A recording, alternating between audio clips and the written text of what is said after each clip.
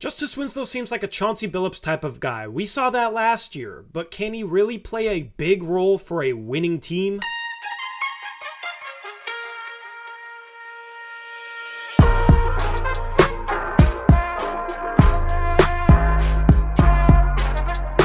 Welcome into Justise Winslow's player preview. Now, this is the 5th player preview in this series. I will finish these videos up by the end of September in the next 5 days or so. If you've missed any previews, there is a player preview playlist link down in the description box below, as well as some other things that you should check out. Subscribe, hit the like button, and let's talk Justise Winslow. Last season, Justise Winslow played in 48 games, 37 of which were for the Los Angeles Clippers, where he was a little bit of a disappointment, only playing 13 minutes per game and not playing too well. But then he got traded in the Norman Powell and Robert Covington trade, ending up in Portland, where he played 11 games, started 10 of them, averaged 27 minutes per game, and averaged 11 points, 6 rebounds, and 3 assists, while shooting a dismal 40% from the field, including 47% from 2 and 27% from 3. Despite this lack of efficiency, the rebounding, the passing, and the defense was a refreshing sight to see for Blazer fans. This is the type of thing that head coach Chauncey Billups likes in a player, and Justise Winslow has a legitimate chance to have a role next season despite his lack of efficiency, simply because he just plays the game the right way and plays hard. But is that enough to be a legitimate role player for a playoff team? We're gonna find out this year, but by the sounds of it, from Chauncey Billups and Joe Cronin, Justise Winslow is going to play. He's going to play a decent amount of minutes, and we're going to find out how much a player that plays Chauncey ball can impact winning. Now let's take a look at Justise Winslow's offensive game. The inefficiency we do have to elaborate on. He has not been a good three-point shooter throughout his career. He had a couple good seasons in Miami, but his three-point shot has absolutely trailed off. This is the one thing that I wish he could just do. If he could spot up and knock down threes, then everything else on top of that is perfect out of a forward. The problem is, he's a tough guy to fit into lineups because he doesn't really space the floor. Defenders don't really respect him, and it's the sort of thing where if there's a ton of motion in the offense, if it's an up-tempo offense and things are moving and fluid, it's not as much of a detriment compared to some more individual-oriented plays such as a pick and roll or isolation, where Justise Winslow might just be standing off the ball and not being a floor spacer. The more you move, the more the defense has to pay attention to you, even if you're not much of a shooter, but the less you move, the more defenders can just leave you alone behind the three-point arc in order to load up on other offensive actions, in order to load up on star guards such as Damian Lillard and Anthony Simons. That is the questionable fit that Justise Winslow brings to the table this next season in terms of his lack of a three-point shot. He's also not a good free throw shooter. He's a career 63%er and has shot under 60% the last 2 seasons. That's not good at all. He also hasn't been a good finisher, only shooting 45% inside the arc. So even if he is cutting, he hasn't been the best player in terms of converting looks in the paint. This is where I think Justise Winslow being a player that can be a role player for a winning team is questionable, simply because he just doesn't make a high percentage of his shots. His true shooting percentage last year for Portland was 46.5%. The league average is around 56%, so that's about 10 percentage points lower in terms of his true shooting percentage.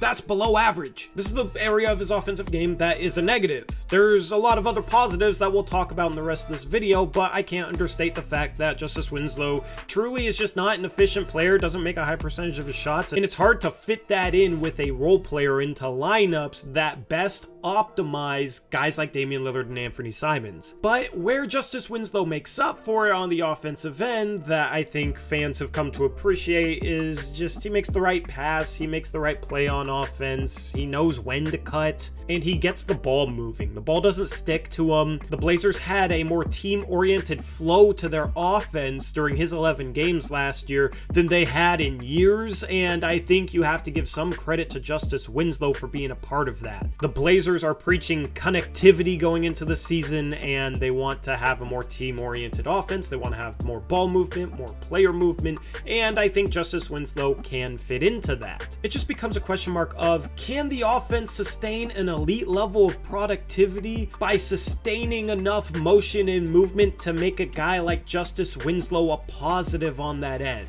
Because more the offense stagnates, and there's going to be times in any offense where things stagnate, such as at the end of the shot clock or trying to run pick and rolls, or maybe Damian Lillard is going and you just want to give him the ball and just let him create everything at times. Justise Winslow's more of a negative in those situations. So that is something to watch for this year, is how the team offense is running with Justise Winslow in the game, and then how much of a positive or negative he is on the offensive end because of whatever the rest of the offense is doing. In the end though, he's a smart passer and a smart player. He can handle the ball, bring the ball up the court. The Blazers definitely have more playmaking talent this year. That's the other thing I'm wondering about Justise Winslow and his fit, is who he's playing next to, because it's nice to have playmakers on the court, but if you have enough playmaking at some point, you don't need more playmakers. You need guys that make it easier on the playmakers that you already have out there. So Justise Winslow for me is a questionable fit, but I do like his chemistry with Jusuf Nurkic. I don't know how much he's going to play with Jusuf Nurkic, considering I don't think Justise Winslow is going to start, and I don't think he should start. The Blazers, I think, are going to try and stagger some starters with the bench in a way, so you might be able to mix and match minutes to get Justise Winslow playing next to a Jusuf Nurkic, maybe when Damian Lillard's off the court. But it'll be interesting to see how Justise Winslow follows things up on the offensive end. On the defensive end, we all know what he is. He's a good defender that has some strength, can slide his feet, and just plays hard on that end. He's not necessarily the most athletically gifted guy, but he makes up for that with hustle, with a high defensive IQ, and that's the number one reason why he will get minutes this year, in my opinion, is because he can help the Blazers out on the defensive end after they've been miserable for years. It just comes down to, can he be that guy that you put up against stars and he will consistently do a good job, or is he just more of a good, not great defender that plays better team defense? It'll be interesting to see what Justise Winslow's defensive role becomes, but with some lockdown guys on this roster finally, with Gary Payton II and potentially Nasir Little, I actually like Justise Winslow as kind of a secondary on-ball defender that you like having off the ball, playing some team defense. He's smart enough to make the right rotations, help at the right time, that sort of thing. So I think that is the best role for him. He can definitely guard on the ball, but I've never viewed him as a guy that you can rely on to be your main on-ball, point of attack, lockdown defensive piece. And in prior years, he would have been that for Portland. That's why I like what the Blazers did this offseason, is he doesn't have to be that guy. Now, I said I was going to do this in every video. I forgot to do it in the last one, but I want to give a storyline for every Blazer this season. Justise Winslow's storyline is fit.